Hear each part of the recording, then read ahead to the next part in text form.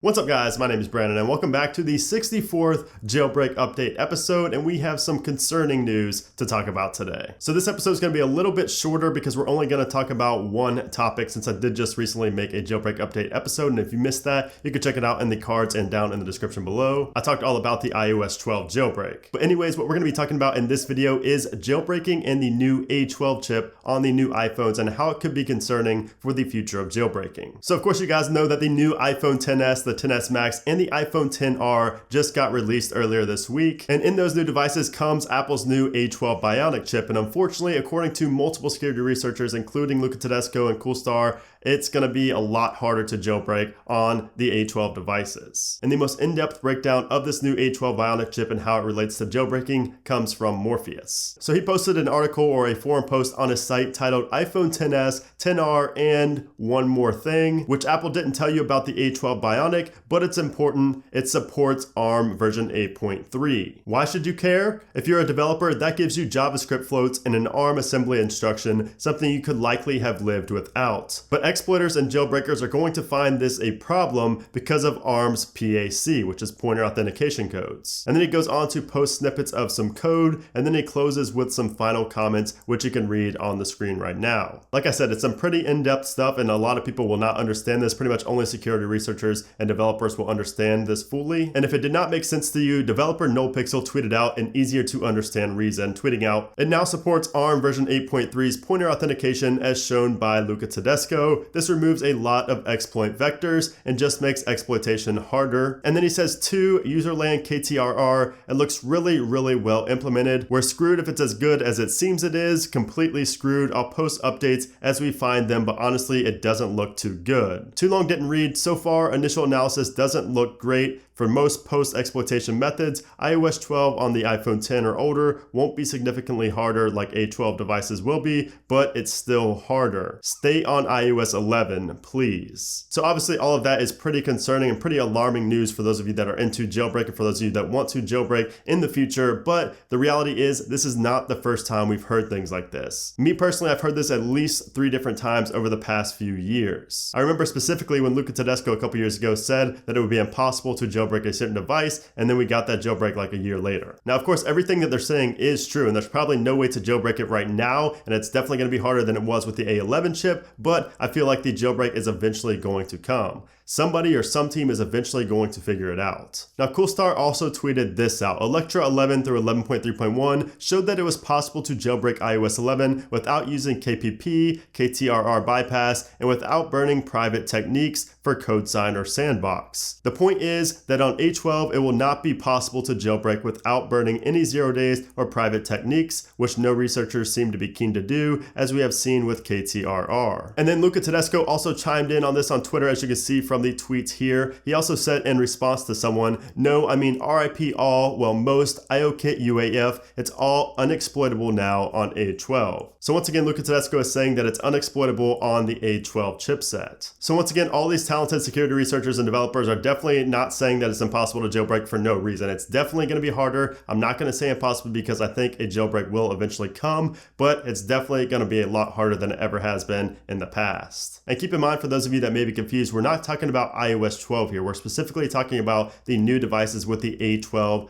Bionic chipset. And that once again is the iPhone XS, the XS Max, and the iPhone XR. So if you're on the iPhone X or below, you really don't have much to worry about with what we're talking about here, but I will say do not update to iOS 12 if you are wanting to jailbreak in the future. If you are jailbroken now, stay on that jailbreak. If you're not jailbroken, downgrade to 11.4.1 while you can. And if you're on 11.4, obviously stay put on 11.4. If you watched my last jailbreak update episode, you know that it's definitely going to be possible to jailbreak iOS 12 in the future, but until that day comes, I would stay put and not update to iOS 12 again until that public jailbreak does get released. So yeah, I hope this video helped to clear some things up. I've been getting a lot of messages and tweets over on Twitter talking about, people are just talking about how they're not going to be buying the new iPhones because it's not going to be possible to jailbreak, which like I said, is a possibility that they will never be jailbroken, but I personally think that they will. It's just going to be harder and it's going to take longer. So definitely do not think that jailbreaking is dead, because once again, like I've said time and time again over the years, as long as there are millions of people with iPhones that want to jailbreak their phone, and as long as there is a demand there, we are going to have a public jailbreak. Of course, we don't get the jailbreaks as often as we did in the past, fast, but that's just how the game goes. It's a lot tougher now. A lot of things have changed. But anyways, guys, I hope you enjoyed the video. If you did, make sure to give this video a thumbs up. Also, make sure to subscribe for a lot more Jailbreak update videos. I'm sure there's going to be a lot to talk about with these devices in the future. And of course, make sure to stay tuned for any new developments with the iOS 12 jailbreak. So anyways, guys, thanks again for watching, and I'll see you soon.